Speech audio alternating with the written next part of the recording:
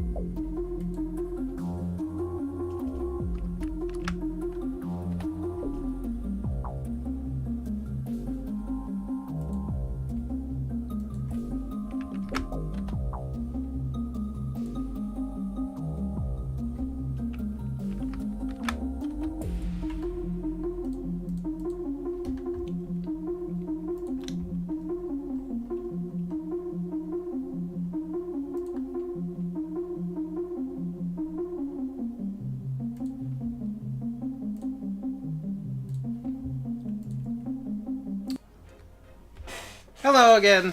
Thank you for the brief little delay. Thanks for understanding.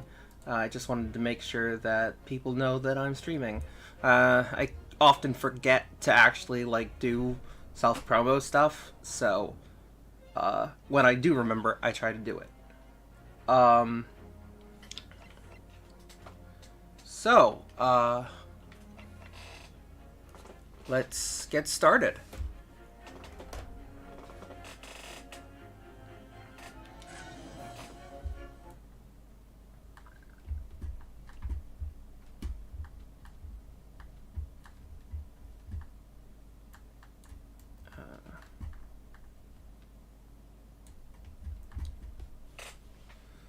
Well, Mr. Magnus McGilded, Not a name I expected to hear in these circumstances. Mr. Shells, I'm afraid there's something very troubling on my mind. Pray tell, Mrs. Otto. Well, according to what Mr. Winterbank told us earlier, today was the final day on which the coat could have been redeemed, was it not? Yes, ma'am, that is correct. Today would be precisely 2 months since it was first deposited. Well, today is 15th of April, so 2 months ago today. Would have been 15th of February, sir, that's right. It's all carefully recorded in my ledger. Deposited at 10:30 p.m., I see. What? But that's just... Yes, 15th February is precisely the day on which the omnibus murder took place. And 10:30 in the evening is precisely the time at which the terrible events were unfolding. Suggestive is not the word. It would seem the matter is entirely beyond coincidence. You are, of course, at liberty to make whatever outlandish deductions you choose. However, I must insist you hand over the music box disc now. It would be a terrible shame for you to return to your native land in a box. What do I do?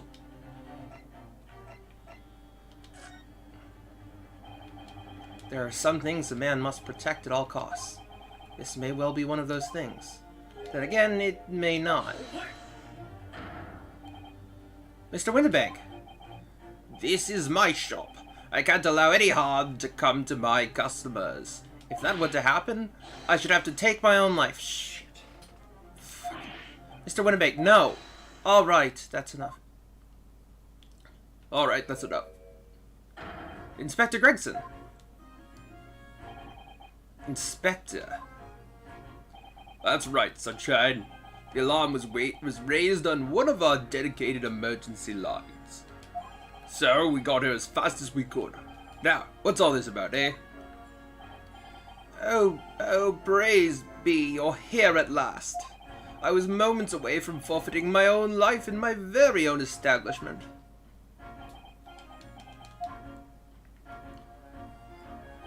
It would seem you have the upper hand.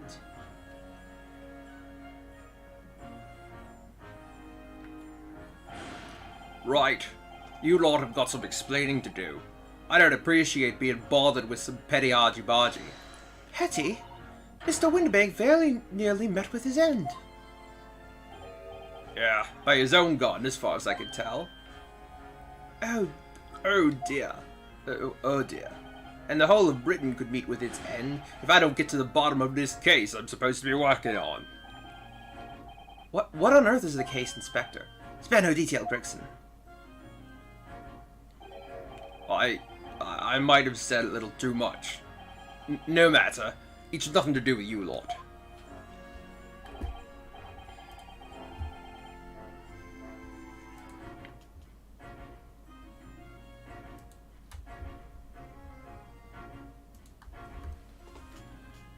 Anyways, you're gonna have to come down with me to the station.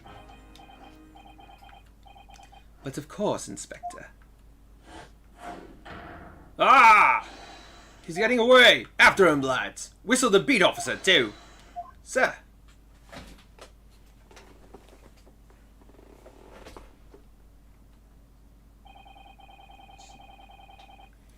There's been a spat of thefts at pawn-shops around here recently. So we fitted emergency buttons underneath the counters for brokers to let us know when there's trouble.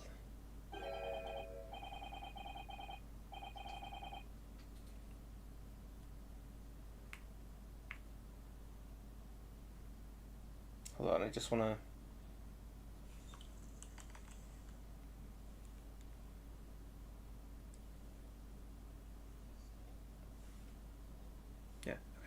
Oh, Inspector, I was very worried there for a while. Very worried indeed. Now then, Mr. Permanently in Mourning. Oh, yes? I'll be taking that whatever it is of McGilden's down to the yard, thank you very much. So hand it over.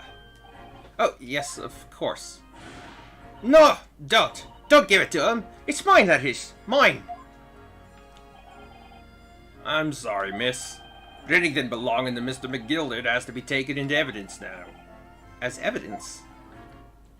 If the police demand something as evidence, my dear fellow, we have no choice but to capitulate.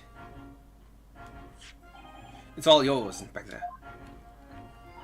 Arr.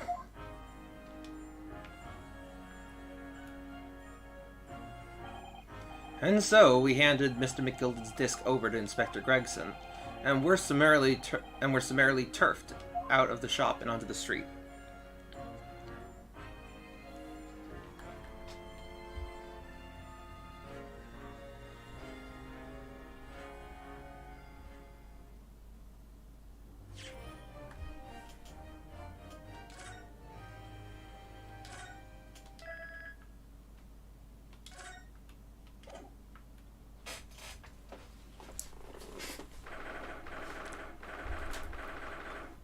'15th April, Baker Street. See? That's why I hate grown-ups. All they do is feed you a pack of lies and take stuff away from you. Oh, really, Mrs. Lestrade? Tell me, is that overcoat keeping you warm? What? Oh my, surely you were given that? Yeah, the deal let me keep it, after I'd looked daggers at him for long enough. He went through the pockets and said, "Go on then, have it," before telling me to scarp her. Always pays off giving people a look like you ate them. I can't help feeling that it's going to get you into serious trouble one day. What I really wanted to know is that what I really wanted was that nice shiny disc, mind. The music box disc? But Mr. Windibank said it was practically worthless. I think I'm good to go and have another bash. Give him a long hard stare. I think not, Miss Lestrade. We shan't handle Windibanks again today. Or not? That's not fair. Can't be helped, I'm afraid. The police are investigating the scene now and taking a statement from Mr. Windibank. Well, that is mine. I had a ticket for this coat and it was in this coat's pocket. There should be something else at all. That's what and there should be something else and all. That's what the Rotten Cove said, ain't it? Yes, he did mention something about another article, didn't he? Well, then that's mine too, whatever it is. Now she's really pushing her luck. Miss Lestrade, I think it's time to admit defeat. You've had your haul for the day. Yeah, and it's all your fault, Sholmes.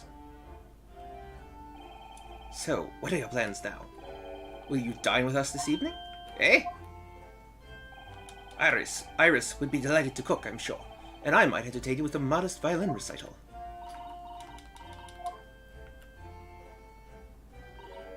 Nota.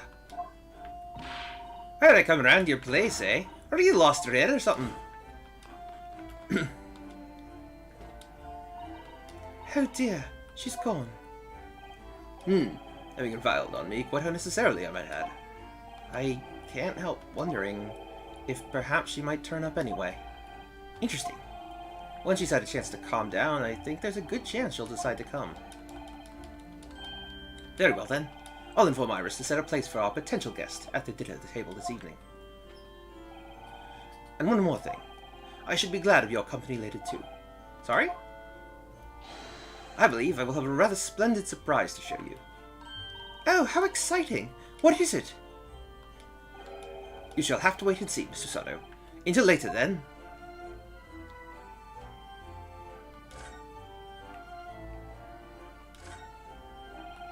Look at all the different things in the window of this shop. Ah, that's Windibank's, the pawnbrokery. It looks much smarter than a pawnbroker's in Japan, doesn't it? Yes, you're right. I find pawn shops at home rather inapproachable, personally. It reminds me of tearfully parting with my favorite fountain pen. I felt so miserable. What doesn't kill us makes us stronger, Mr. Naruto.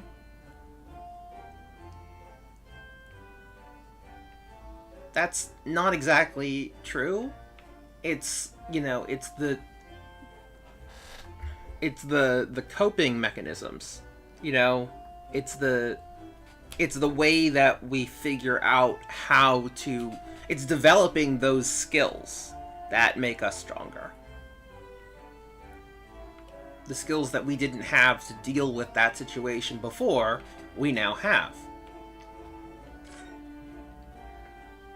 At least presumably. Unless someone else solves all our problems for us. It's already been 2 months since we started taking lodgings here above Mr. Sholmes' office. I still can't quite believe it. I never expected things would turn out like this. Oh, I know! To actually be sharing accommodation with the world's greatest detective! If I ever find myself before a court of law now, I will have not one regret. I don't know what you're talking about, but I'd be happy to defend you, of course.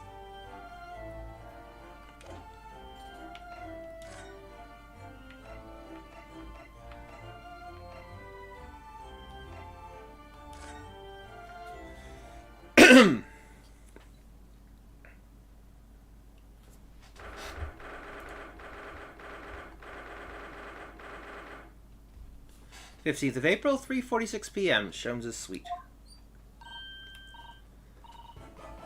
Oh, Susie! And Bruno! Oh, wait, no, that is not it. Hold on a second.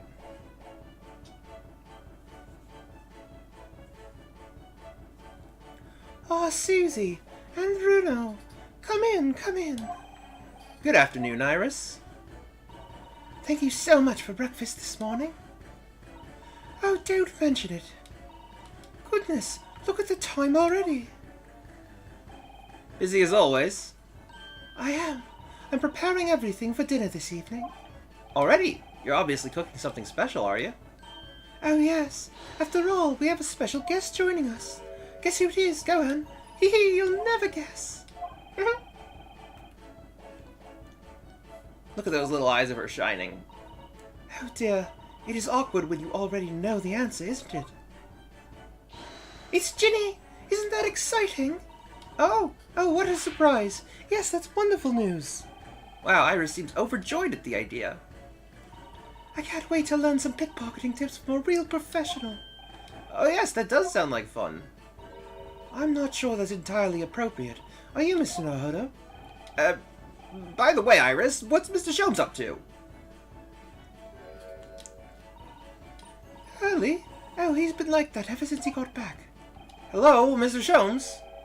I beg that you won't speak to me. Sorry. I don't know who you are, but I kindly take your leave. As you can see, I'm not here. I don't know how to respond to that. I do apologize. When he gets like this, he's completely oblivious to everything. Yes, I see. Really, he behaves just like a child sometimes, Hurley does. Mr. Sholmes and Iris have something of a parent-and-child relationship, don't they? Yes, except that Iris is clearly the parent here. Come to think of it, I wonder where her real parents are. What's the matter, Runa? You have ever such a funny look on your face. Oh, no, it's nothing. I know what it is. Why does this girl live here with Mr. Sholmes, you're wondering? Am I right? How? How did you... Oh, of course. Oh, Runa. I can read you like a book. Oh, this girl is dangerous. Don't worry. You can ask me anything. I won't mind.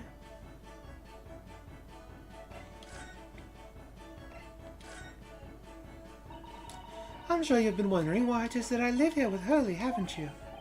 Well, it has crossed my mind. That and where are your real parents? My mommy and daddy aren't with me anymore. We passed when I was born, and around the same time my father... Well, he had to go to a faraway land because of one of the cases he and Hurley were working on. Oh, wait a minute. Did you say he and Hurley? Yes. Daddy and Hurley were always solving mysterious cases together. She didn't mention that before. He wrote them all up in his diaries. That's what's in the metal chest over there. Really? He recorded them all? So you mean it's true, Mr. Sholmes really did have a partner with whom he tackled some of his most taxing cases? Oh yes. I mean, it's always nice to have one, isn't it? So Mr. Sholmes' partner was your father? Exactly. Hurley told me I wasn't allowed to look in the chest, but that only made me want to look even more, so I opened it up and found your father's memoirs. Yes, so I asked Hurley, who wrote these? He nearly fell off his chair. But then he told me, That's when I found out that the author of those accounts was my father. So Iris's father was Mr. Sholmes' partner.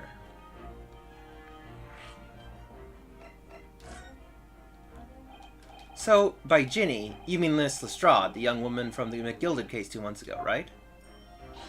Yes, who also stole my experimental smoke grenade launcher. Although, after that trial, I invited her back here, and we had dinner together. And now we're the best of friends. Oh, what a lovely tale. Yes, now if I bump into her on the street, she runs away as fast as she can. Oh. And I chase after her down the back alleys. Interesting idea of friendship. And then I let her have the latest color of smoke grenade I've developed. Oh. There's so many beautiful colors in the world. Ginny wants me to make a whole rainbow. I suppose this means you've let Miss Lestrade keep the smoke grenade launcher, have you? Yes, that's right. I got bored of it anyway. Hurley always reacts the same way when I shoot him with it now. Poor Hurley. Oh, I can't wait for Ginny to arrive. It's been too long since she last came over. I'm so excited. I just hope she does actually come. I've practically lived with Hurley all my life. I was tiny when he took me in. So, it came as quite a shock when Hurley told me he wasn't really my daddy, I mean. It must have done. I wonder why Mr. Sholmes chose to tell you, and at such a young age. Hurley says it's because he wouldn't have been able to hide it from me. Oh. Well, having lived with Hurley all these years, you might say that his ways have rubbed off on me. There's some things I could just see. Especially lies. I almost know when people are lying before they open their mouths sometimes. Right. Anyway, I was so fascinated when I read Daddy's diaries. That's what inspired me to write The Adventures of Sherlock Holmes, actually. I'd always assumed Mr. Sholmes simply kept all those thrilling stories. Oh no, Hurley's hopeless like that. He forgets everything. As soon as he's solved a case, it all but vanishes from his mind. Oh, I see. The other day, it was so embarrassing. As usual, he totally forgot about the case he just solved. So the very next day, he gathered together all the people involved and proceeded to solve the case again. It was quite a shock for everyone. You can say that again. You share your father's surname, don't you, Iris? That's right, Wilson. Daddy is Dr. John H. Wilson. I learned from his diaries that he's a doctor of medicine, you see. That's what prompted me to study and study so that I could earn a doctorate as well. Iris's father, who went to some distant land, and is a doctor by the name of John H. Wilson. What? This court will now hear the trial of Rinosuke Naruhodo, or... What voice did I give him? That was a long time ago. Like a long time ago. I'll just give him a new one, I guess. The court will now hear the trial of Rinosuke Naruhodo. Oh wait, no, I'm starting to remember. The court will now hear the trial of Rinosuke Naruhodo. Kindly state before the court the name of the victim in this case. The victim's name was Dr. John H. Wilson. That's right. Visiting professor of medicine at Imperial Yume University, and the man who, in the most bizarre of circumstances, lost his life just before we left Japan. Mrs. Sato, yes, perhaps we shouldn't pursue this conversation any further at this time. I think that would be for the best.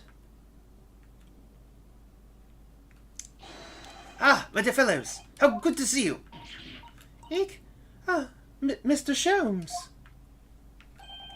Why ever did you not make your presence known to me before?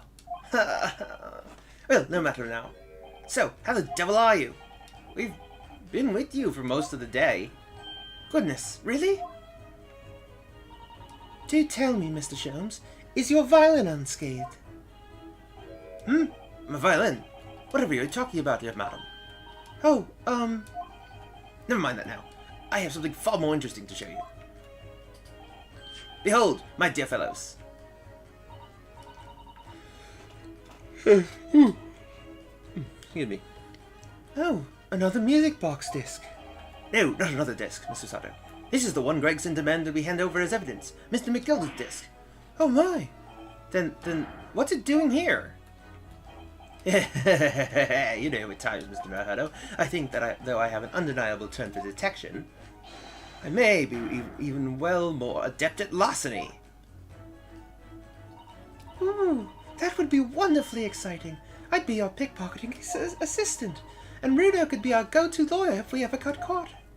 Right. Plus, Susie has such beautiful handwriting, she could write all our menacing crime notifications. Yes, I'd be delighted. I'm just gonna pretend this conversation never happened, I think.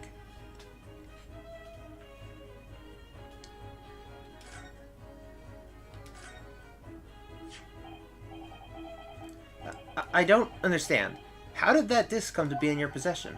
I thought Inspector Gregson took it back to Scotland Yard. Quite correct. And that sort of uncompromising attitude is precisely why I always carry some of this. That's a bar of caramel, Mr. Sholmes. Your one and only friend in times of loneliness, if I'm not mistaken. If you will humor me, my dear fellows, cast your minds back to when the good detective confiscated the disc.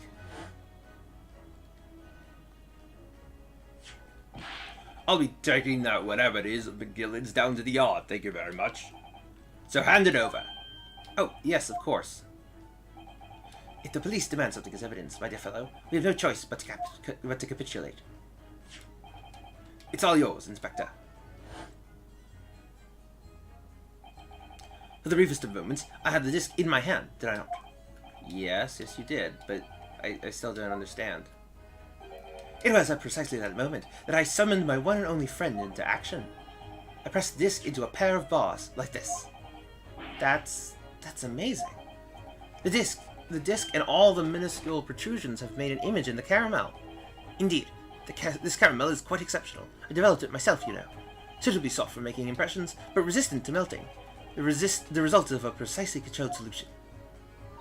How extraordinary! Carrying a pair of these on one's person frequently proves very useful indeed.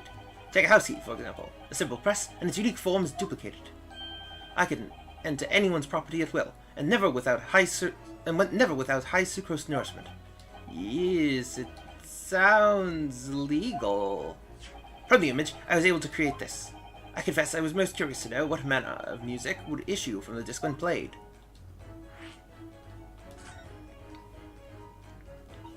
Do tell us then, Mr. Sholmes. What music does the disc play?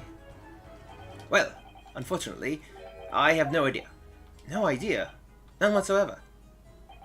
Are you familiar with the workings of a music box, my dear fellows? No, I'm afraid not. Goodness, you don't know, Runo.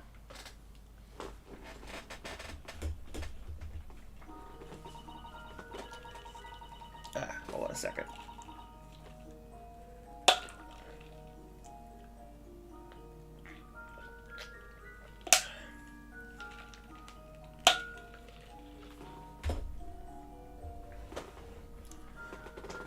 Inside a music box, there's a special metal piece called a comb. That's what... Hey!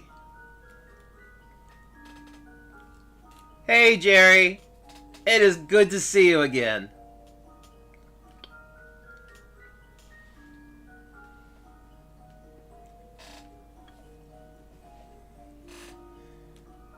So, you will witness me doing a whole lot of voice acting today, and hopefully you'll enjoy it.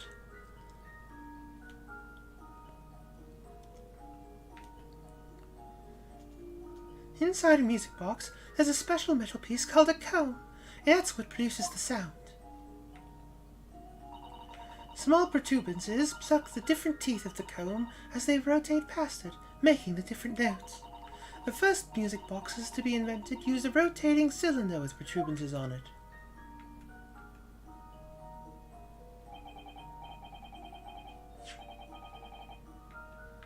No worries, Jerry. Hopefully the audio will be enjoyable for you since it's all the voice acting today. So hopefully that will be fun. And, you know,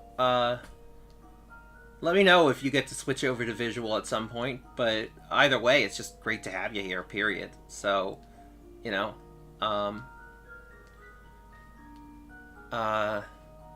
anyways, let's, I'll keep going. But over time, a new type of player was produced. One which uses discs, like these. With that development, the popularity of music boxes spread far and wide, all around the globe. Why exactly? Because the discs are easy to produce, and can be interchanged to facilitate the playing of different tunes. There are a great many firms in Europe now for manufacturing music boxes as a result.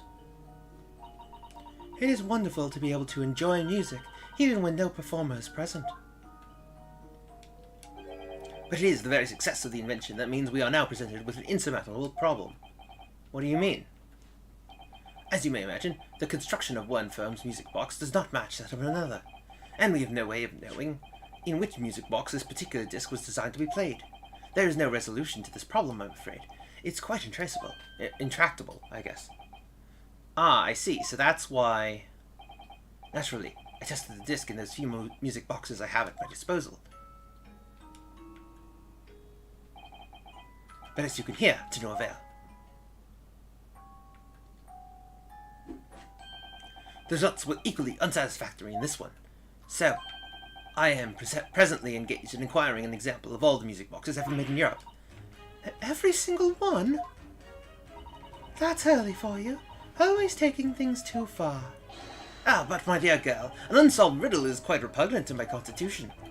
But surely all the different types in Europe will amount to a huge volume of music boxes, won't it? Yes, that is certainly true. In the worst case, I shall just have to ask you to vacate the attic room. What?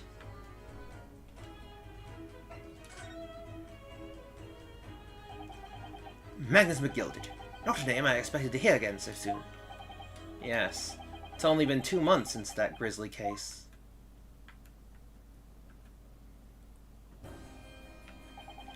Mr. McGilded perished within hours of the trial's conclusion. Was it the curse of the Reaper? No one knows, still now. The omnibus was reduced to a pile of ash, not a shred of evidence remained. And with the man's death, the truth about the murder in which he was so intimately involved was buried.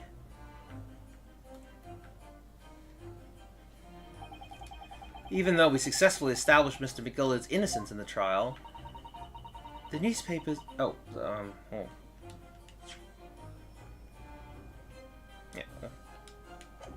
The newspapers are still claiming that it remains an unsolved case.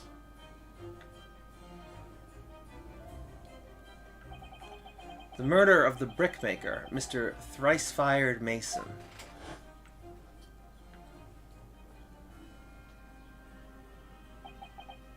In the end, the truth of the matter remains a mystery.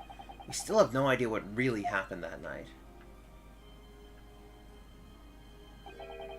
And although Mr. McGilded was found not guilty through my defense, I still don't know if that was the right judgment or not.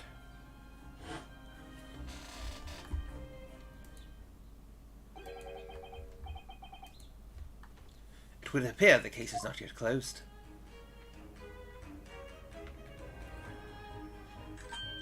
Well, it's time I started getting things ready for dinner, I think.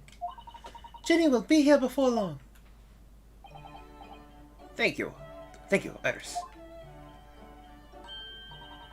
Oh, well, you must let me help you then. Of course, Susie. There's plenty to do. I think I shall investigate the condition of my faithful performing partner. Now then, where did I leave it? Let this be a lesson to you, Mr. Sholmes. Never leave anything too precious with the pawnbroker. Yes, you may be right. Oh, that reminds me of something Mr. Windibank said before.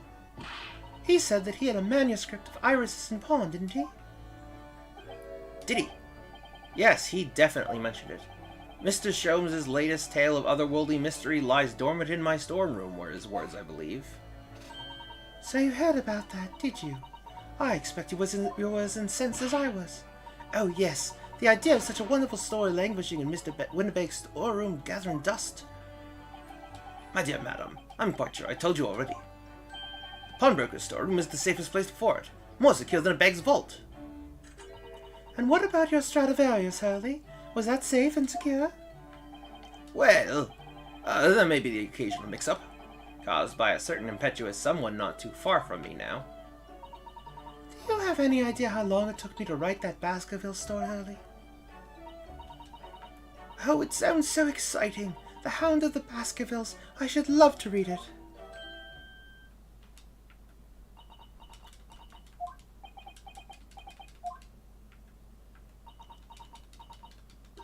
Huh? What's going on here? Why does it feel like an icy chill just swept through the room? Susie, what did you just say? You said The Hound of the Baskervilles. But how could you know the full title? Well, that's because Miss Susato is such a great fan of all the stories about Mr. Sholmes, of course. But Runo, The Hound of the Baskervilles has never been published. What? When I showed Hurley the manuscript, he told me I wasn't allowed to publish it yet. I don't understand. That's why he said that he'd keep it safe, until it was the right time for the story to be made public, you see. So that's why the manuscript is at Winterbank's. And yet, how could Susie here know its title? Well, Hurley, what's going on?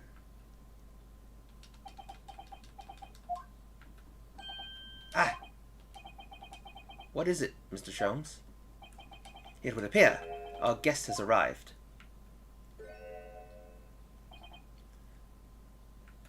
Miss Lestrade! This is a bad idea. I knew I weren't welcome. I'm going. No, wait! Miss Lestrade!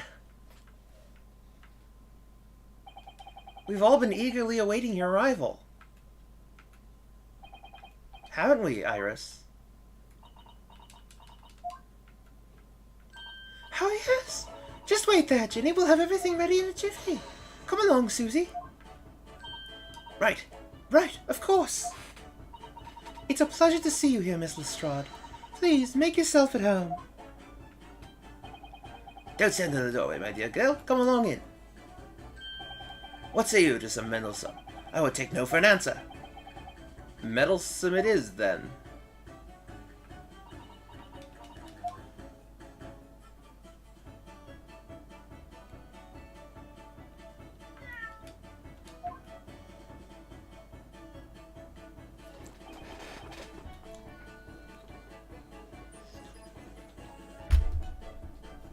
That evening, Iris prepared us all a meal that was even more delicious than usual. Mr. Sholmes' violin performance was in no way meddlesome, and Gina, as we came to call her, taught us all how to steal things from one another without being noticed. Everyone thoroughly enjoyed themselves well into the night.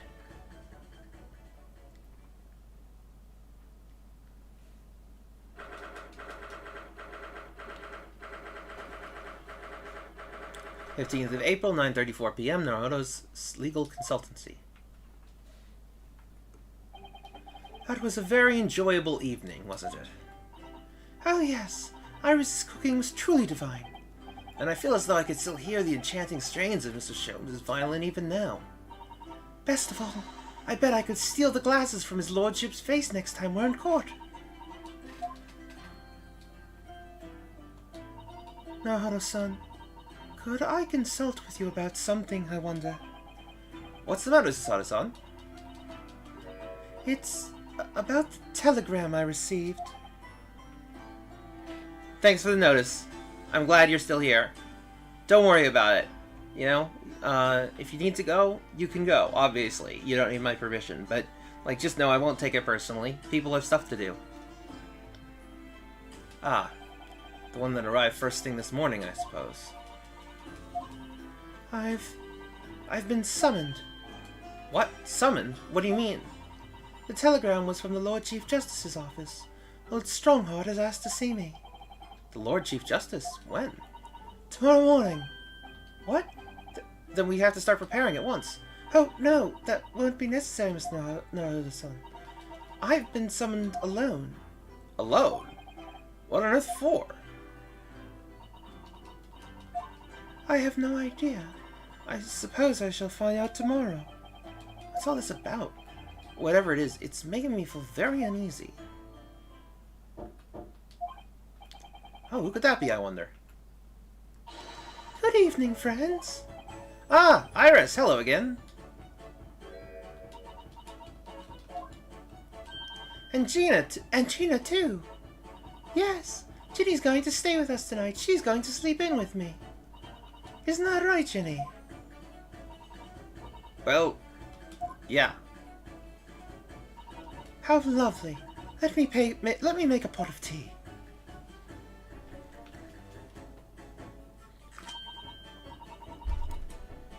You know, I've learned so much today. Oh, what in particular? All those things Ginny showed us. Wasn't it wonderful? Ah, you mean all those pickpocketing techniques? We had fun trying them out on each other, didn't we? I think of a wicked and natural talent. I could earn a living from it. You might be getting ahead of yourself a little there. So, what brings you up to our humble quarters at this late hour? Well, you see, I came to return this. Wait, what? That's mine! Oh my! However, did you? I told you, didn't I? I have a natural talent for it. Oh yes, I'd forgotten. Iris literally is a child genius. So anyway, here, you can have it back. Not that I really understand why you wear it, though. Ah, thank you. Alright then, good night. Yes, good night.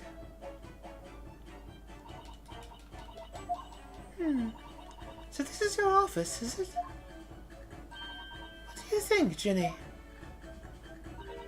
I think it wouldn't fancy me chances with a lawyer of what lives in a place like this. Yes, me too! It seems though Iris here still has something she'd like to talk about. I suppose she probably wants to talk about the manuscript.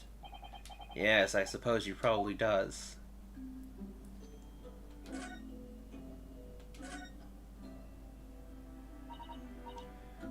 Iris, I suppose you're here hoping to talk about the manuscript, aren't you? Aren't you going to tell me? I'm so sorry. I need a little more time, please. Alright, I understand. I hope I haven't made you feel awkward. Oh, no, not at all, Iris. Not at all. I don't know what all this is about, really, but it's a story you made up, isn't it, Iris? This manuscript, mental script, or whatever you call it. It's not exactly a story I made up. It's something I read in Daddy's diaries. Daddy's? That's right. I don't suppose I've mentioned it to you before, Ginny, but my daddy was Hurley's assistant once, his partner. Hey! They solved all sorts of strange and mysterious cases together. Is that right, mister? Apparently so. I was as surprised as you are, though. And Daddy wrote all the details of every single case down, you see, in his diaries. So I study them and write my stories based on what actually happened. So, where's your old man now, then? He had to go away on urgent business to a faraway land, and he'll be gone a very long time. So, I've never really met him. And unfortunately, you never will. Oh, right. Come to think of it, I don't know anything about Gina's parents either. Perhaps we should ask her.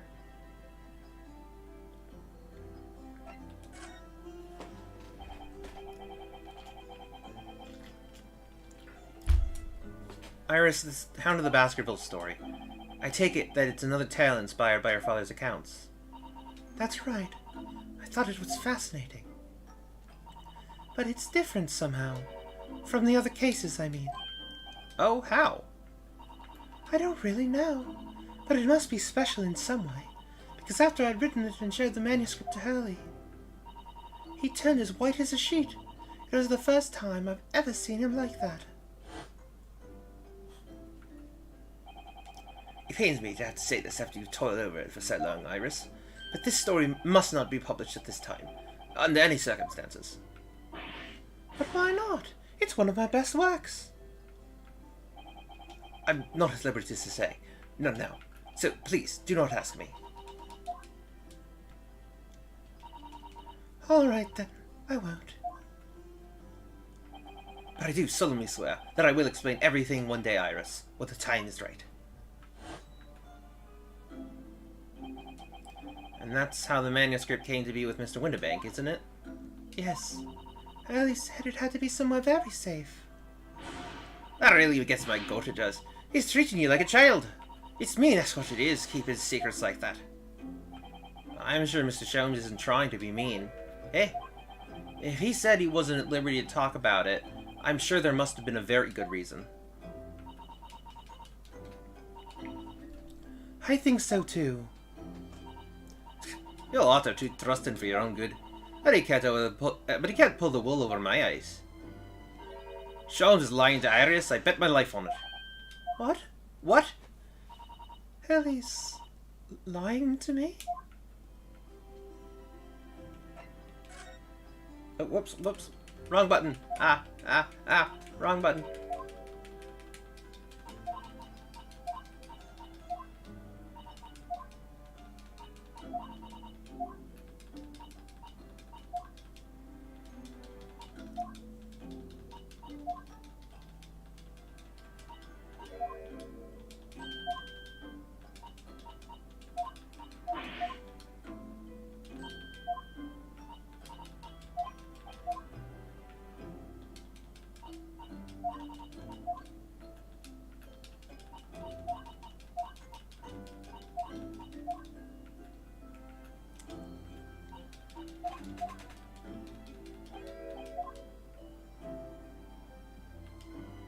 Okay, there we go, finally.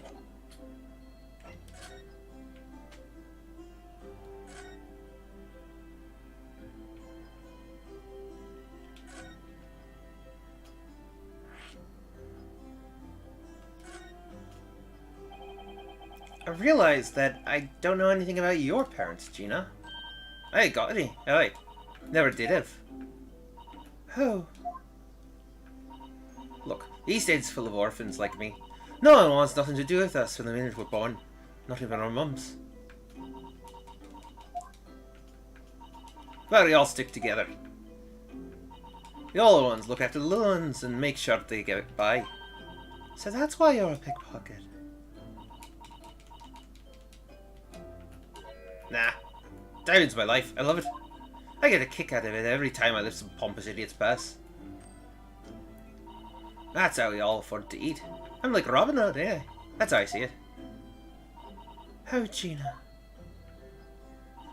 I do think about it sometimes. What it'd like to have parents, I mean. I always thought it'd make everything right. But I haven't listened to what Iris just said. Sounds like having parents ain't always easy either. Oh. I mean, if you know you never had them, you don't feel like you're always wanting to meet them. It's true. I do want to see Daddy so much. Oh, Iris.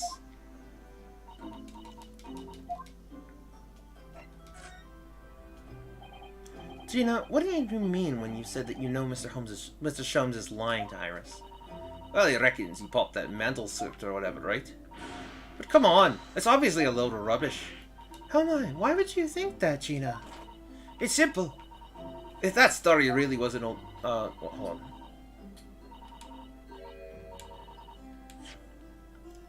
It's simple. If that story really was in old Winterbank's storeroom, there's no way someone from halfway around the world, in other words, you, could know about it. Ah. Sorry, Iris, but if you ask me, he sold it. Without telling you. But Hurley would never do something like that. I'm sure of it. Ha!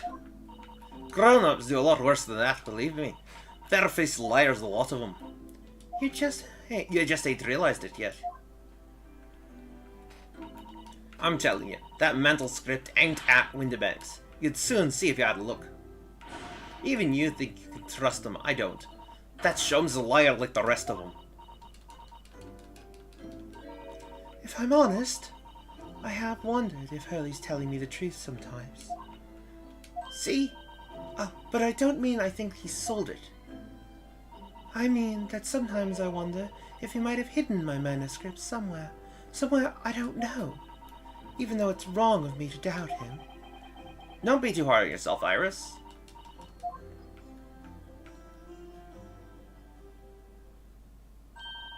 Oh my goodness, look at the time. Come along, Ginny. We should get back downstairs. Yeah, right. And please, don't mention any of this to Hurley, will you? No, of course not. Good night then, Iris. Good night, Gina. You must let me make breakfast for you tomorrow morning. I insist. Oh, yes, please. I can't wait, Susie. Good night, then.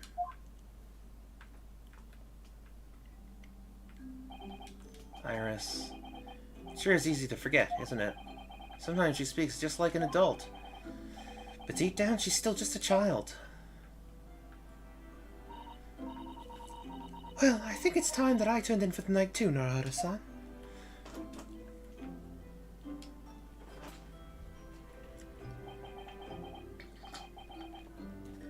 Dr. John H. Wilson, Iris' father, but also the name of the murdered visiting professor at Yume University. It can't be a mere coincidence. There's something deeper going on.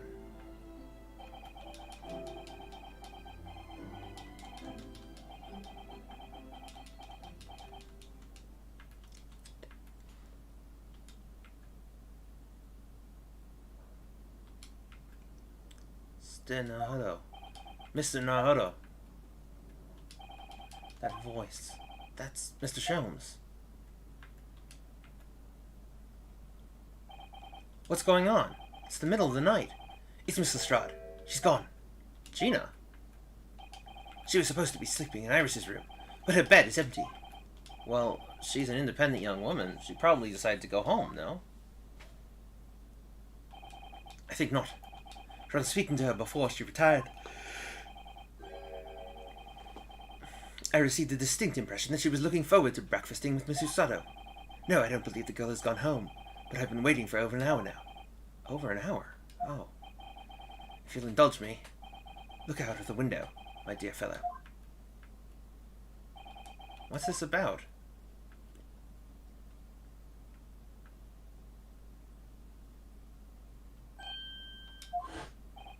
Wait a minute. Why is there a light on at this time of night? That's Mr. Windibank's pawnbrokery. Mr. Windibank's... Oh no! It's simple. If that story was really in old Windibank's storeroom, there'd be no way someone from half around the world, in other words, you, could know about it. Sorry, Iris, but if you ask me, he sold it, without telling you. could she have gone... It seems you have some knowledge of the situation, Mr. Naruto. Sorry, no, not really. But anyway, we must investigate. At once. At once, Mr. Sato.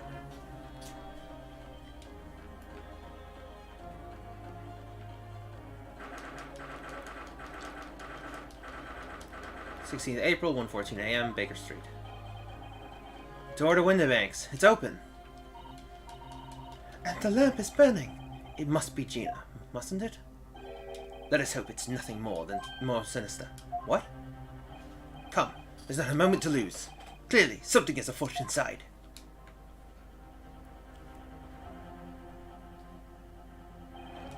There's no one here. Oh, yes, there is. Ah, Mr. Sholmes! Mr. Sholmes! What the... Has Sholmes been shot? Leave me, Mr. Hanaha. But, after them, go! Right.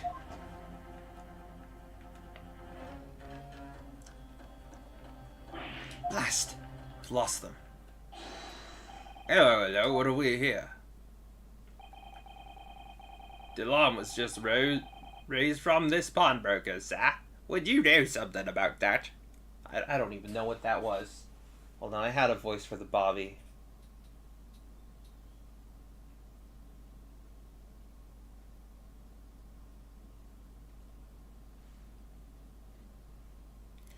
The alarm was just raised from this pawnbroker, sir. Would you know something about that?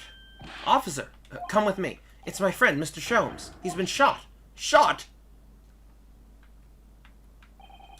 With the policeman close behind me, I ran back to Windibanks.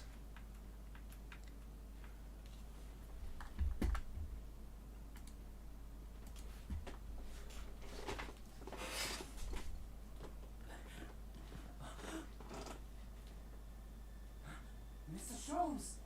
Looking forward to it, Jerry. How bad is it? Never mind me, but there's much at stake. Behind that door. In the storm. Hurry!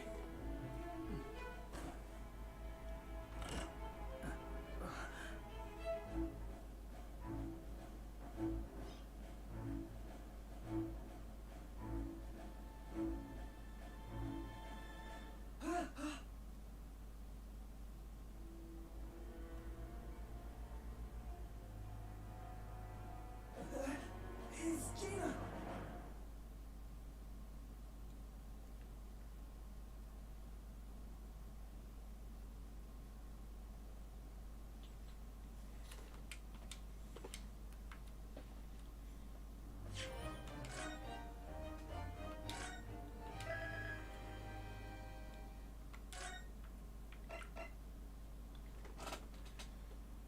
Let's see.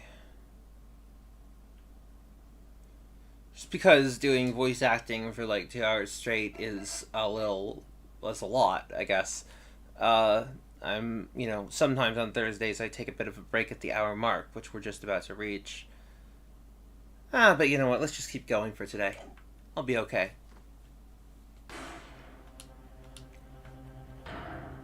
I don't know who's screaming. Oh, I'll be alright, Mr. Naruto. After that, go.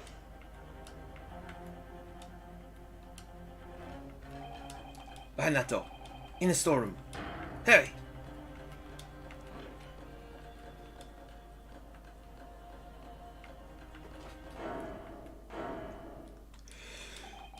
It's here.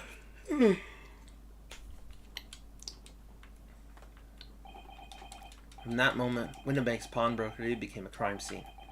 Everything that followed happened in a whirlwind of activity.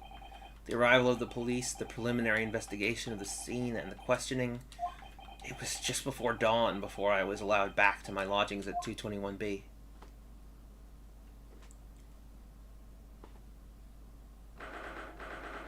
'16th of April, 6:21 a.m. Naruto's legal consultancy. Oh, Iris! A telegram came, but all it said was, "Wait at home." Oh, yes, we asked one of the policemen to have it sent. It was simply impossible to come back. When I woke up, I was all alone. Hurley and Ginny were gone. Everyone was gone. What happened, Runa? Poor Iris, she's trembling. She's obviously trying very hard not to let herself get too worried. I'll explain everything that I know. Something awful has happened, hasn't it? Yes, I'm afraid so.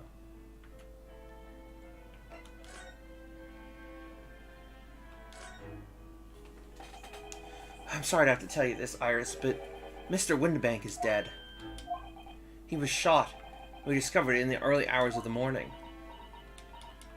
Oh, yes, I had a feeling. You did? Well, I saw all of those police carriages pull up outside his shop, so I knew something must have happened there.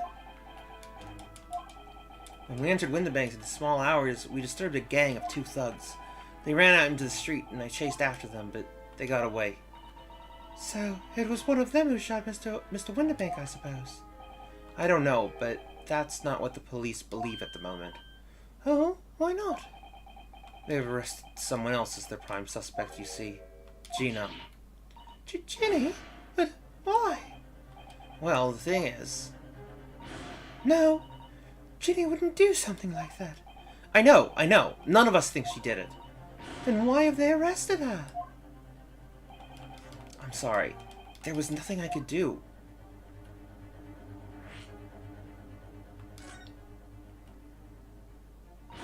I don't understand why they arrested Ginny. It's not fair.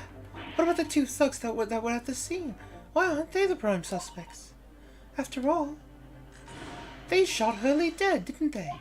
No! I mean, Mr. Sholmes isn't dead, Iris. Oh, this is all so horrible. The thing is, Mr. Windibank was found on the floor in the storeroom where he keeps all the deposit articles. And the storeroom door was locked from the inside. I see.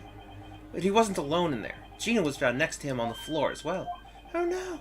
And according to the detectives who investigated afterwards... Don't tell me. There was no one else in the room.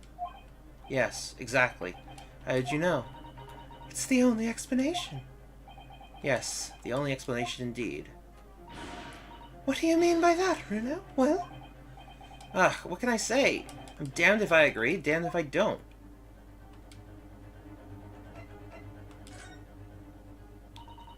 So where's Hurley then? Is he still there investigating the scene? He really ought to have some breakfast. It's not good of him to miss meals. I don't want you to worry, Iris, but I have some news about Mr. Sholmes. He was taken to hospital this morning. What? Well, when we entered Windibanks, a gun was fired, and he took a bullet. Hurley was shot. No. It's all right. His life isn't in danger. Really? Are you sure? Where is he? Which hospital? He's at St. Sinner's. They're tending to him there. I must see him at once. I'm sorry, Iris, but you can't. Why not? That's not fair. I'm a family member. I should be allowed. No, I mean, nobody can see him at the moment. He's not allowed any visitors. They're preparing to operate, you see. To operate? Oh, poor Hurley.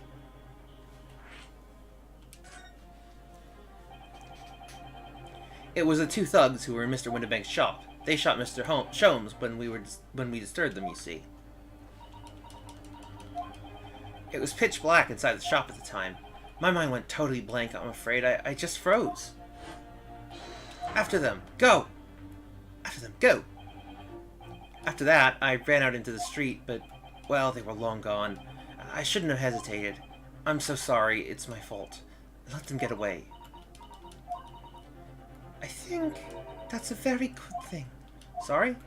Well, if you'd seen which way they went and chased after them, you might have been shot as well, Bruno. On top of everything else, I couldn't bear that. Oh, Iris. Where's Susie, Bruno? She's still at the police station. Oh, why? I expect she's still being questioned. The police said they wouldn't be finished for a while. Why aren't you there, then? Well, I didn't really get a good look at the criminals anyway, so they weren't questioning me for long. And Mrs. Otto stayed behind at the scene to tend to Mr. Sholmes, so they didn't get started until later. Oh, I see. Besides, one of us had to come back to be with Iris. I'm glad Inspector Gregson agreed to me leaving early. You should have let me know, and I would have come to the station.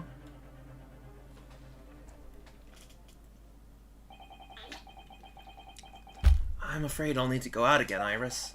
There's not much I can do at the moment, but I can at least try to find out how Mr. Sholmes and Gina are getting on. I want to go too. Take me with you, Bruno. I can't stand just sitting around here waiting. I'm not sure how I feel about taking a 10-year-old child to the scene of a murder, but I don't want to leave her here all alone either. Alright then, Iris. Perhaps you can help me. Oh yes, I'd love to. Gina's at the prison. Mr. Sholmes is probably in his hospital bed. And don't forget we have to visit the crime scene. We need to conduct a thorough investigation. Ah, I can see her ready for action. I imagine Iris would appreciate going to the hospital sooner rather than later.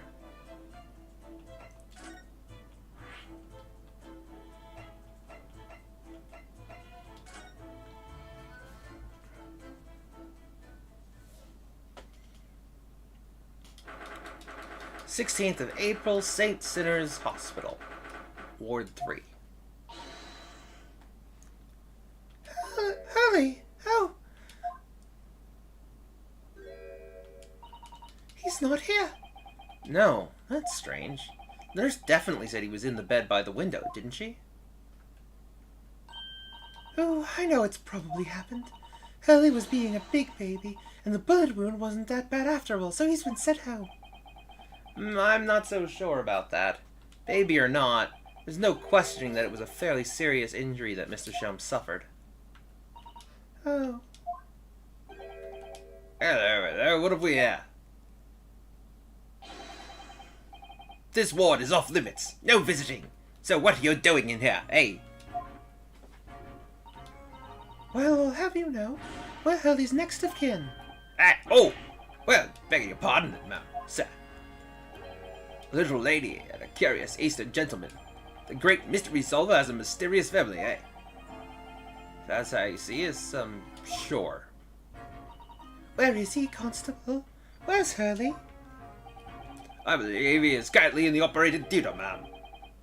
Mum. They pronounce that mum. No, wait, no. Hold on. No. They pronounce it mom. That's right. In Britain, they pronounce it mom, and then obviously and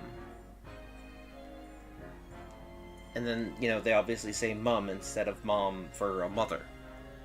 I believe he's in the operating theatre, mom. Undergoing an extensive operation. Extensive? It has been several hours since he went in. Oh dear. Is he going to be alright? Well, it doesn't appear to be working, you see. The anesthetic, that is. Oh. I've had a report that the gentleman claims he may have had a little too much to drink last night. Coffee, that is. Anyway, I think it would be a fact to assume that he won't be back here for several hours yet. I see. Thank you, Constable. Perhaps we should leave and come back later. Oh, poor Hurley.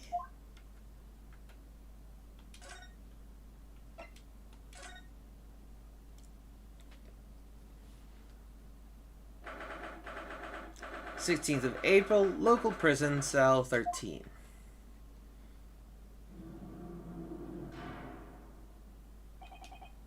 Hello, Gina.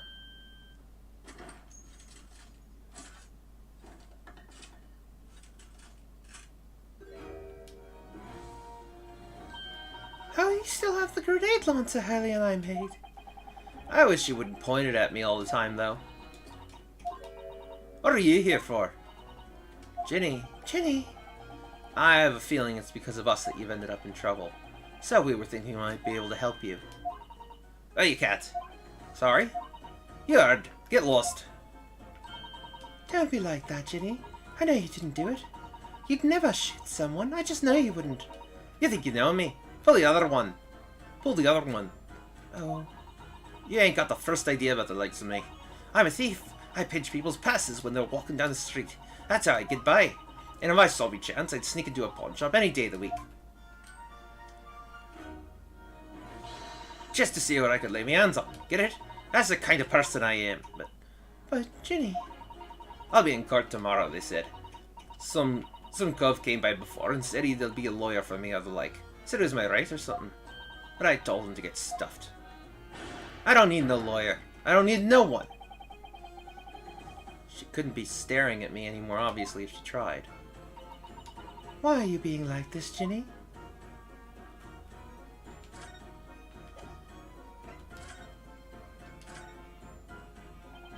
I don't understand, Gina. Why did you send the public defender away? He wanted me to sign some papers. Representation papers or something like that. It's all going to be rigged anyway, the whole trial. They'll pin it on me because I'm a kid. That's what the grown-up always do. Why do you think that? Because that's what it's been for me, growing up in the back slums. My whole life. If you do what the grown-ups tell you, it'll get your mates dragged off by the coppers. Or worse. I've had it happen to me before and all. Been sold out and nearly snaffled on the back of it. You can't trust no one, that's the point. As soon as you do, you're gone to grass. Dead. Gina, listen. If you like, in tomorrow's trial, I could... Forget it. Ginny, don't you trust Bruno? Nah, I don't. Look, I'll ask you nicely now. Just leave me alone.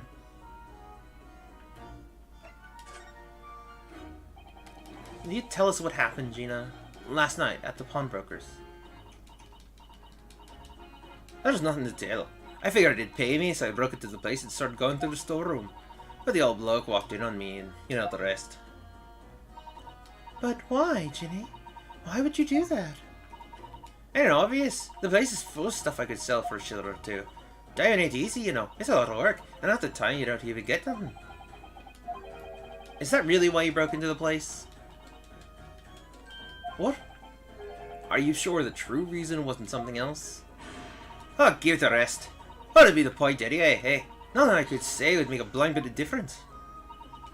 Please tell us, Ginny. We'll believe you, whatever it is. Believe me, don't be daft. You can't believe nothing. Everything lies all the time. And you know what? When it comes down to liars, I'm the biggest of the lot. I've told some unforgivable lies, I have. Well, what do you mean by that? What unforgivable lies?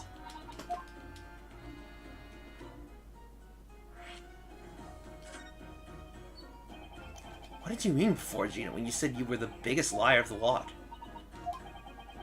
Why don't you tell us what these unforgivable lies you've told are? Maybe we can help.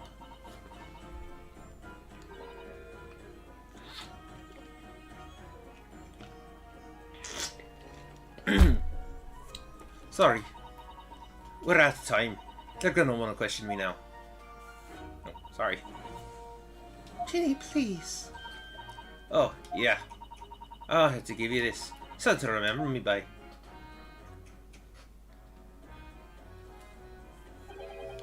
A photographic print of a really adorable cat. I had it in one of the pockets of this coat. It outpointed me, haven't it? I wonder what a little photograph like that was doing in a pocket of that overcoat. Anyway, don't bother coming again. Bye. Oh, Ginny.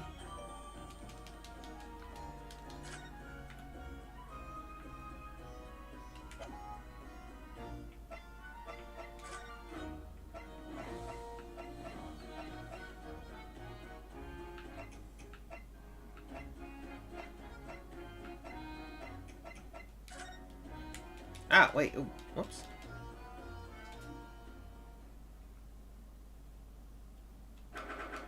Oh, okay. 16th of April, Winnibank's Pawnbrokery.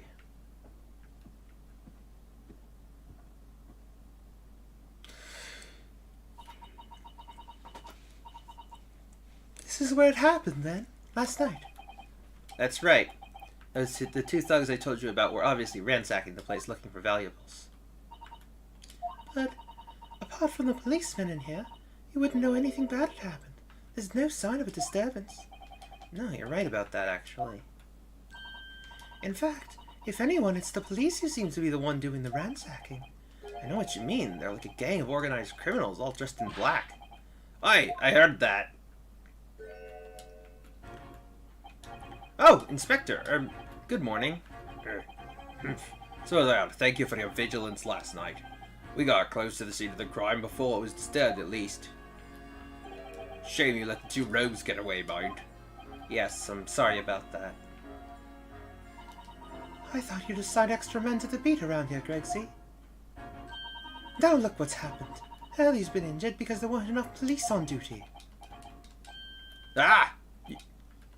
Your ladyship! No one told me you were coming. I expect you to take full responsibility for what happened to Hurley and see he has the very best medical care. Of course, your ladyship. The very best doctors in the capital are tending to him as we speak. And I don't think it's Bruno's fault that the rogues managed to get away, is it? Chasing criminals is the police's job. Absolutely, your ladyship. As you say, Mom, as you say.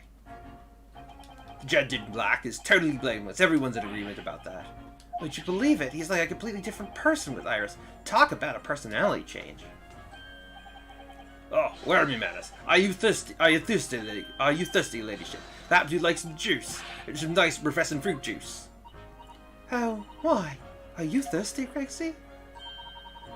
I have some of my special herbal tea with me if you'd like some.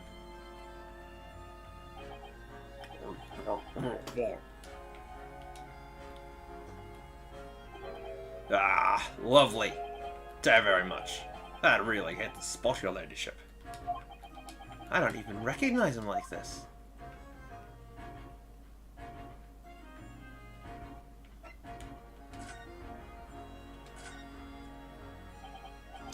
So, how's the investigation going, Inspector? Nothing to it, really. Very simple case, this. With some very definitive evidence. We're just about to charge that diver we arrested last night, in fact.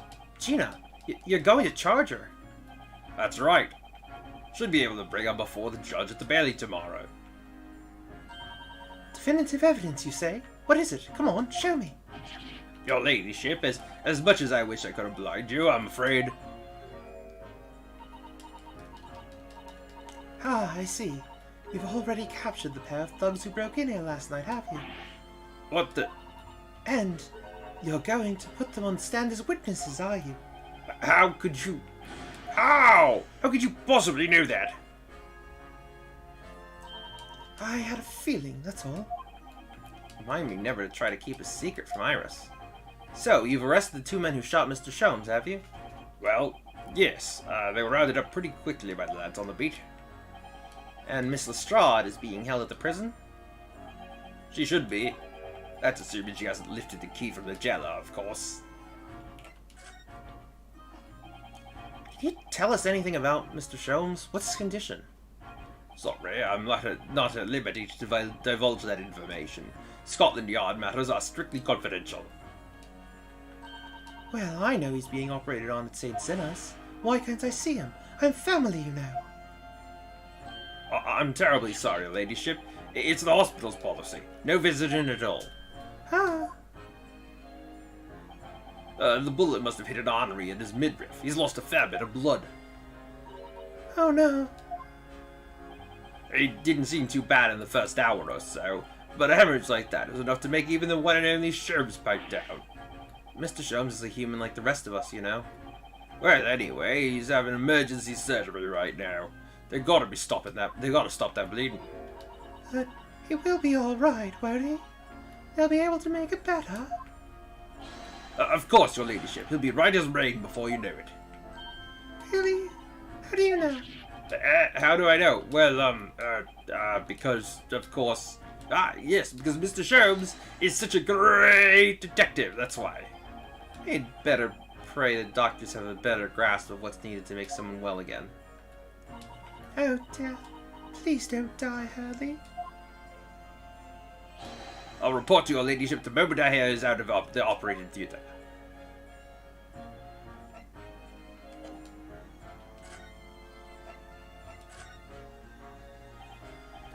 I couldn't help noticing, Inspector.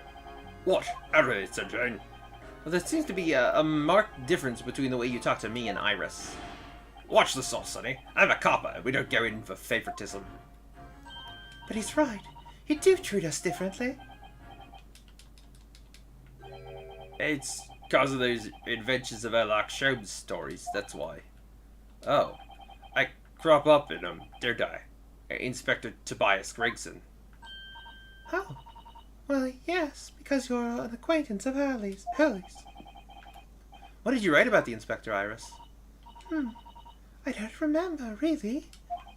It was one of Sholmes' lines. Gregson is the smartest the Scotland Yarders, is how he put it. Oh, did I write that? And you know what that one line did for me, eh? The very next month my pay doubled. Doubled, I tell you. Oh, that's amazing. Oh, because everyone at the yard reads them. They all read all the Sherlock Sholmes stories. They've even set up a fan club for me. Ah, of course, that explains everything. It was around that time you became such a toady to me. Can you blame me? All it'd take is one bad word from you and Sholmes could change his tune about me. Gregson? No, the great detective will say. He's getting quite overrated these days. Think what would happen to my salary if that came out to print, eh? Whole thing gives me the willies. I can't tell you how many nights of sleep I've lost to worrying about it. But that would never happen, Gregsy. Every month when the new Rance magazine comes out, my hands are trembling as they turn the pages. Oh, how awful for you. Here, have some of my tea to settle your nerves.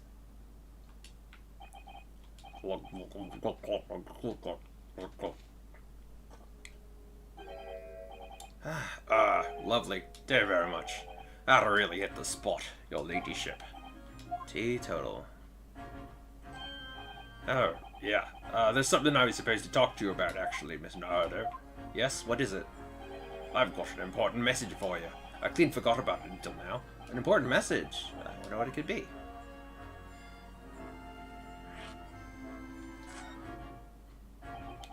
Are you going to tell me what this important message is, then, Inspector?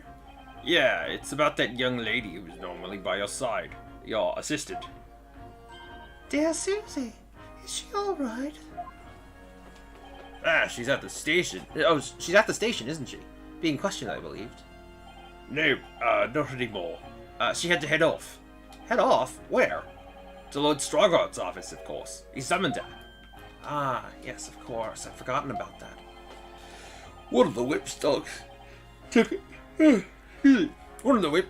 her out of the yard carriage after we'd finished questioning her. But she asked us to tell you she didn't have the fare for the return journey and to go and meet her there. She's got a nerve using Scotland Yard as a bleeding messaging service. I see. Well, thank you for passing that on, Inspector. Why does Susie have to go to see the Lord Chief Justice? She didn't tell me, but I'd better head over to Lord Chief Justice's office to fetch her straight away.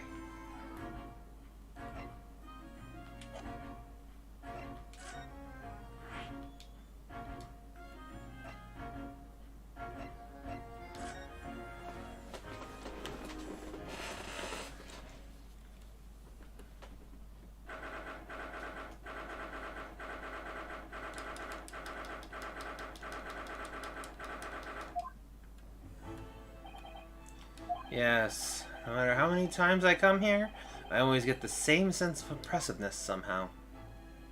Do you think the place is oppressive? I think it's normal. How so? I mean, look at that suit of armor over there. You can't take that seriously, can you? Maybe it thinks the same about you. So everything is clear with regard to tomorrow's arrangements, I trust. Yes, thank you very much. I'm assuming, yeah. Here they are, Zasada-san and Lord Strongheart. I wonder what they're talking about. They both look very serious. Let's see. What was the voice I gave Strongheart?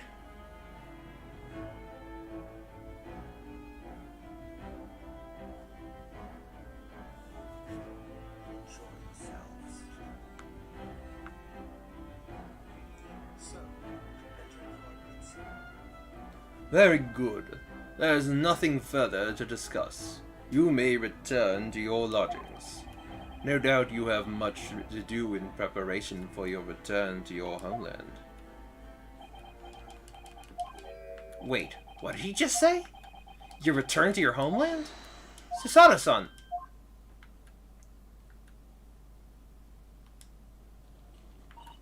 Oh, Mr. Naruto. What was all that about? Ah, Mr. Naruto. Thank you for coming to collect your colleague. What's this all about? Why were you talking about Mr. Sato's return to her homeland? And tomorrow? Tomorrow? And what about Jenny's trial? You mean she's been formally charged now? Oh dear.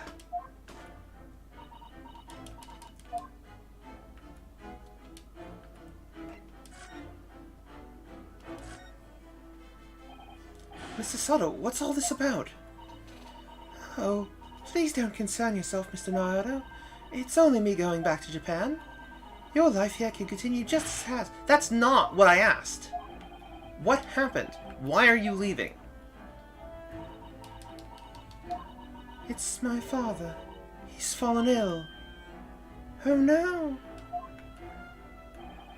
Professor Mikatoba.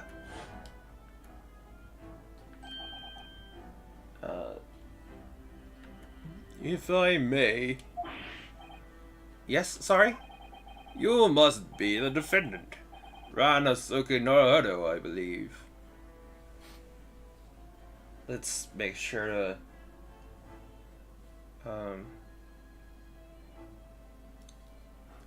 You must be the defendant. Ranosuke Naruhodo, I believe.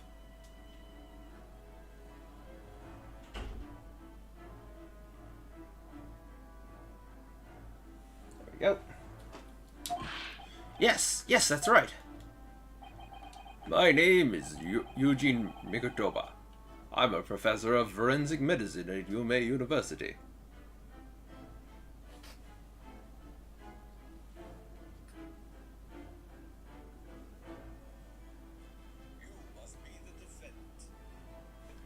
My name is Eugene Mikotoba. I'm a professor of forensic medicine at Yume University. We received an international telegram from the Empire of Japan informing us of the news. 10 days ago, Father collapsed with a fever. The cause is apparently unknown, and it seems he grows weaker day by day. I don't believe it. As you are aware, the voyage from here to your country's capital, Tokyo, takes some 50 days. I thought it would be prudent to hasten Miss Susano's departure as much as possible. Yes, absolutely.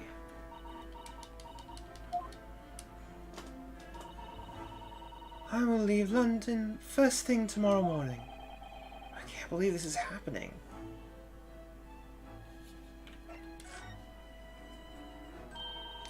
So Gina has been charged. She'll have to appear in court. Yes, she was formally charged a few hours ago, and the date of the trial has already been set for tomorrow. No, not even 24 hours later. Gina. Ah, the Lestrade girl and the murder of the Baker Street pawnbroker, yes. An all too transpicious case. The pickpocket was clearly disturbed mid-robbery and shot the man in a panic. No, the odd is overstretched as it is, without wasting time on these open and shut cases. It's not wasting time. Ginny would never do something like that. Mr. Naruhodo.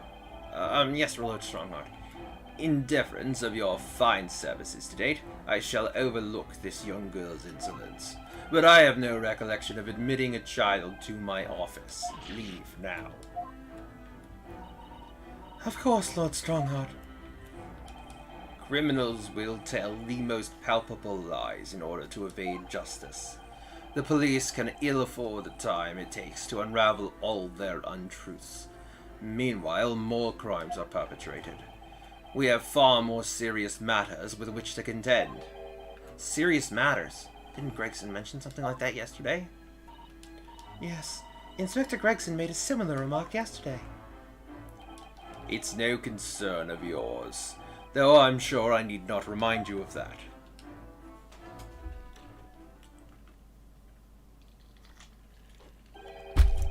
"3 minutes precisely until my next meeting. You must excuse me." There's just one more thing, Lord Strongheart. Which is? It's Miss Lestrade's trial. I wonder if you might permit me to defend her? A timely suggestion. Sorry? The girl currently has no representation. But that's not fair. Yes, she may be a pickpocket, but she still deserves a fair trial. Do not misunderstand me, young lady. The government provides for those too poor to afford representation with a public defender. The accused need only sign the relevant paperwork, and a defense barrister will be assigned to the case. However, the young girl in question has refused that right. Why would she do that? A question you would do well to direct at Miss Lestrade. You'll find her at the local prison. Yes, thank you. Now then, it's time I was leaving. Good day to you. What a day. Gina charged with murder. Susato-san about to leave.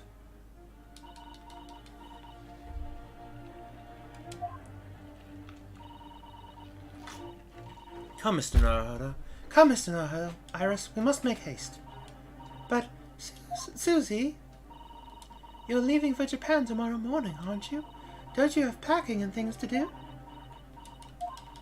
As Mr. Naruhodo's judicial assistant, my personal circumstances are of no consequence. My sole purpose remains to help you in whatever way I can. Thank you, Mrs. Sato. It's a very pensive look. Pensive, I don't know. I think we ought to visit Gina first. In any case, I should like to wish her well before I leave. Yes, that sounds like a good idea. Let's go. If I'm honest, this has completely thrown me off. I'll just have to do what I can as a lawyer.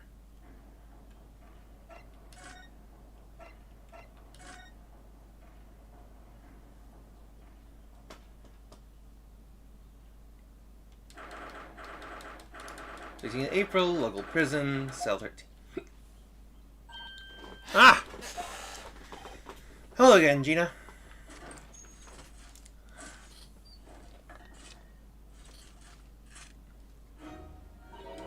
What are you lot doing here now? To have the muzzle of that grenade launcher shoved in our faces yet again, obviously. I think I need to improve the way you load ammunition into that thing, don't I? Look, you can come as many times as you like, but I ain't got nothing more to say to you.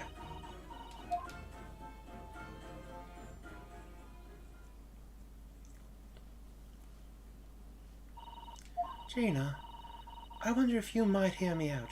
There's something I'd like to say. What? I'm sorry to say that I must reluctantly bid you farewell. Eh, farewell. Tomorrow I must begin my journey back home to Japan. I fear we may never meet again. Oh, right. I've had the pleasure of meeting so many lovely people here in London, and I have so many wonderful memories. And yet, as things stand now, it will be a glum parting indeed. Poor Iris is so miserable. Susie. Well, that ain't my business. Both Iris and Miss Naruto believe you to be innocent, Gina. They've put their faith in you. But somehow, you can't find it in your heart to put your faith in them. Yeah, that's right, I can't. What of it? It grieves me greatly to have to say goodbye to my friends when they are so clearly unhappy. Because of you. Oh, it's my fault. Yes. So I have one final request, Gina, before our paths never cross again. Right here and now, I want you to show both of them that you don't deserve the faith they've invested in you. Eh?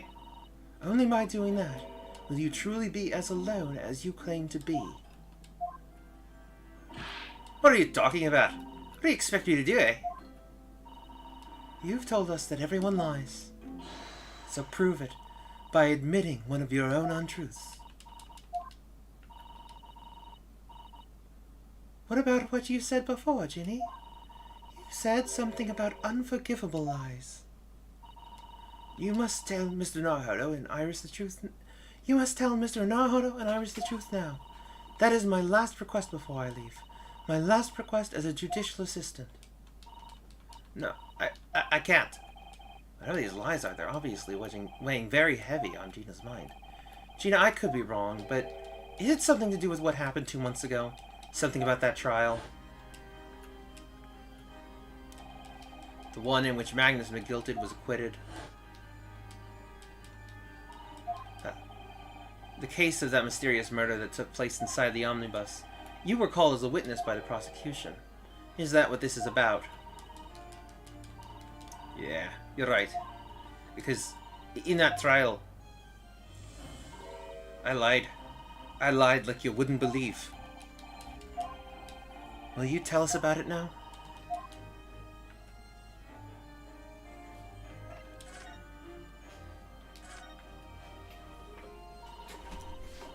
Like you said, it all happened 2 months ago. The coppers got hold of me and shoved me in the witness stand. And based on your testimony, Mr. McGildet was declared innocent. Yeah, well, the thing is, I lied about a whole bunch of stuff. I knew it. What sort of thing did you lie about? I was hiding under the seat that night. That was the truth. It was pitch black in that little cubbyhole. I couldn't see a thing. And then I heard that loud thud, like someone falling on the floor. And that's when Mr. McGill discovered you? Yeah. He pulled me out from under the seat and sat me next to the dead man. I don't much like to see by, but when I looked at my hands, I had the cause blood all over them. So I was so scared that I couldn't even speak. You had his blood on your hands? In other words, it was Gina that the witnesses on the roof saw through the skylight. Then Mr. McGill started asking you questions, I suppose. Who you were, and why you were hiding under the seat. Yeah, he did. Only, that's the fall. What do you mean? I mean, he threatened me. Threatened you how? He made me swear about what I'd seen and what I'd heard. About what he was going to do after the corpse was found dead. He made me swear that I wouldn't tell no one about it. About any of it. If I did that, he said he'd let me scarp her before the coppers showed up.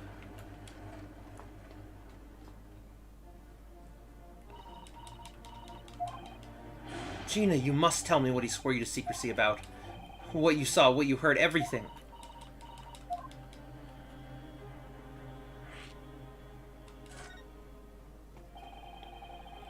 You said Mr. McGill made you swear not to tell anybody what you saw. But you were in the pitch black compartment under the seat the whole time, weren't you? Yes, with Mr. McGill sitting above your head, if I remember correctly. Yeah, that's true, but it was when I heard the thud of the cub hitting the floor. I let out a little scream, see? Couldn't help it. Mr. McGill heard that and dragged me out by the arm, by my arm. That's what I saw it. It was on the floor next to the old geezer what had been stabbed. A disc, all bright and shiny. A disc? Do you mean... Yeah, that's it. The one with the D took off. The one with the D took off at me at the window banks. So the music box disc was there on the floor of the omnibus. Not for long. Mr. McGill spotted it straight away. He picked up its smartish and stuffed it inside his pocket. So that disc was in the omnibus 2 months ago at the scene of Mr. Mason's murder. And the bog trotter told me I wasn't to mutter a word of it to no one.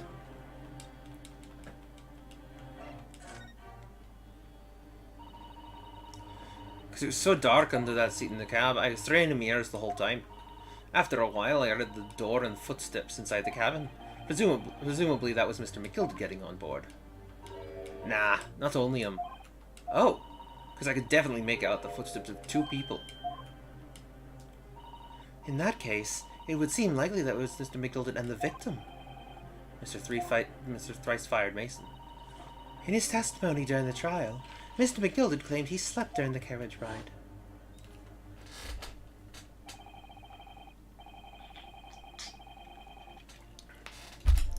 But whenever I'm in a carriage, I'm taken with a fierce tiredness. I always succumb to it. And your own testimony, Gina, supported his. All I could hear was the Irishman snoring.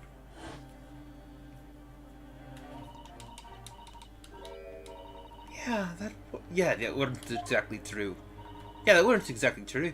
Neither of them was asleep. I could hear them talking the whole time, little voices.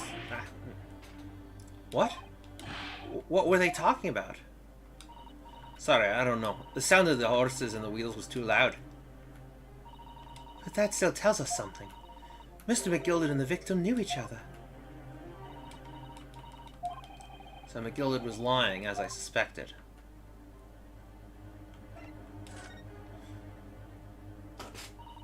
I knew it wasn't going to take long before someone raised the alarm that the bloke had been killed. Yes, you were quite right. The other passengers on the roof deck noticed quite quickly. So the cab came to a stop. Mr. McGill told me to hide back under the seat again. I climbed in and waited. The two cubs from up top ran off to get the coppers. Yes, Mr. Fairplay and Mr. First. Right. After they'd gone, Mr. McGill had asked the driver to do him a favour. A favour? And then, fella, what I need you to do is to take this coat of mine and deposit it with a nearby pawnbroker. And for your troubles. Let's see now. Aye, I'll give you 10 guineas. A nearby pawnbroker. You mean on Baker Street? Yep, you got it. It was with the eggs. The coach snapped up the money and dropped off and ran off to pop the skirt as fast as he could. So then there was no one left in the carriage. Mr. McGill opened the box under the seat and let me get out of there, but not without conditions. I see.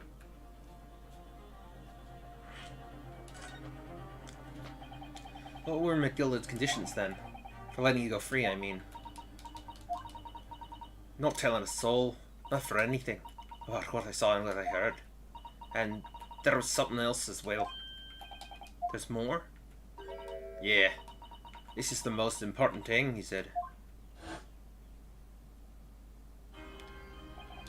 I'm after sending the coachman on a little errand for me, with some small change in his hand. Wait, no. I'm after sending the coachman on a little errand for me, with some small change in his hand. Now then, did you hear what I asked of him? Did you see anything at all? You asked him to go pop your weasel, right? Hey, the fiend's taken me over, coach, deposit with pawnbroker hereabouts.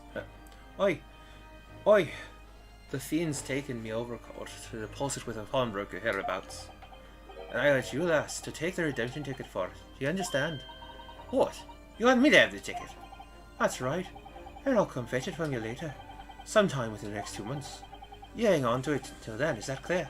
And whatever you do, don't lose it. Alright then. And in case I might happen to be there late at all, you have to go to the pawn shop, Winterbank so it is, and you have to extend the loan before the 2 months is up. And if you forget, the article would be forfeited and any old fiend could come along and buy it. Yeah, but I ain't got that kind of brass. Here's £5. Here's £5. That should be enough. Do we understand each other, lass? Don't try anything funny now. If you go up against me... Yeah, I get it. Good. And one more thing. In a few days from now, you'll be visited by the police, starving your debt. The coppers. Aye.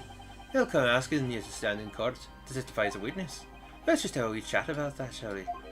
What is it that you might say, and what is it that you want?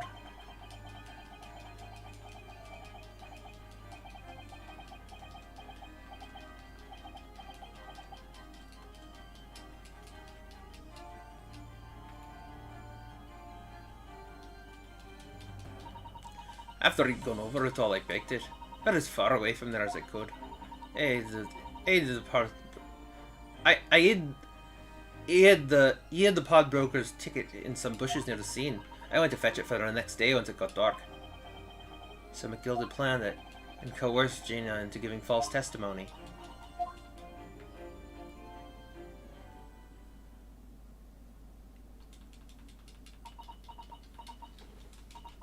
I bet you're ready to string me up, eh? I lied in that big old courtroom. I told some corkers. Thing is, he said he would make it so we wouldn't live in the East End no more. That's what he threatened me with. What a wicked man. He knew everything what went on in the back slums. He knew he had no one to look after us, and it was all just looking out for each other, getting by together. So you mean Mr. McGilded would have... In an heartbeat. He could have had the lot of us chased out of there if he wanted. And then, where would we go, eh? Nowhere, that's where. So, I didn't have no choice. Thank you, Gina, for telling us everything. But I'm for it now, eh? Go on, admit it. You must be livid. Well, you can make amends by doing me a simple favour. A favour? What? Sign the representation papers for tomorrow's trial. Eh? If you don't actually want me to represent you in court, you can rip it up later, but we need that paperwork or we can't investigate. The police won't let us. Investigate what? The scene of the incident last night. Mr. Shums was shot, you see. What? Hurley's having a big operation right now, Jenny. Is it bad? Is he gonna be alright? Shums is gonna be alright, right? That's why I want to investigate. For Mr. Shums' sake as much as anything. Right. So what you're saying is, if I sign that bit of paper, everyone's happy, is that it? Something like that. Mrs. Sato? Yes, of course. I have the representation papers here.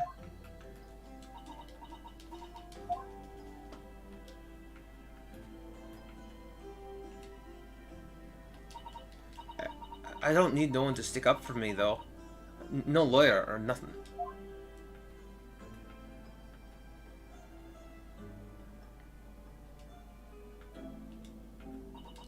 Poor Jenny. She seems so lonely. Well, at least this should mean we can investigate the scene at Windibanks now. Yes, and perhaps we can come back to visit Ginny when we're done there.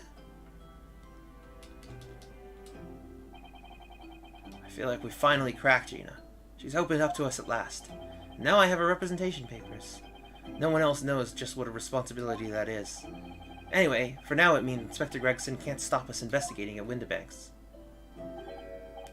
Although something tells me he's not going to be happy about it. Alright. I guess that's a good as good a place to stop as any. Shall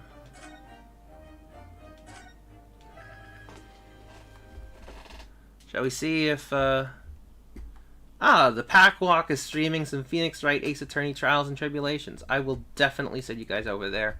He's great. I haven't been able to watch his streams in a while, but he's great. And you guys will have a blast. Toodles.